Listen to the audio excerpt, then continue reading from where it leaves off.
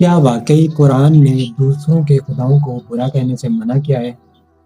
تو حضرت ابراہیم علیہ السلام نے بت کیوں توڑے؟ حضرت محمد صلی اللہ علیہ وآلہ وسلم نے خانہ کعبہ سے 360 بت کیوں گرائے؟ یہ سوال ایک سوال نہیں ہے، یہ بہت سارے لوگوں کے ذہنوں کا سب سے بڑا کنفیوژن ہے جو اس ویڈیو میں دور ہونے والا ہے۔ یا بت توڑے نا، گالی تو نہیں دی نا ان کو، وہ توڑے نا، گالی گلوچ کرنا منع ہے۔ جب اللہ تعالیٰ طاقت دے گا تو یہ کرنا ہے۔ اور دوسری بات، رسولوں کو تو اللہ تعالیٰ نے دین کو اسٹیبلش کرنے کے لیے بھیجا ہے، تو بت پرستی کا خاتمہ تو کیا جائے گا اس ایریے میں جہاں پہ اللہ فرمائے گا۔ یہ نہیں کہ پوری دنیا کے بت ہم نے توڑ دینے ہیں۔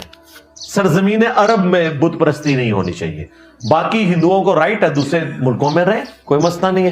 عرب کی سرزمین میں بت پرستی کی اجازت نہیں ہے، باقی جگہ بھی شرک ہی ہے، لیکن ہندوؤں کو بھی جینے کا حق ہے جس طرح جیوز کو، کرسچنز کو، مسلمانوں کو ہے۔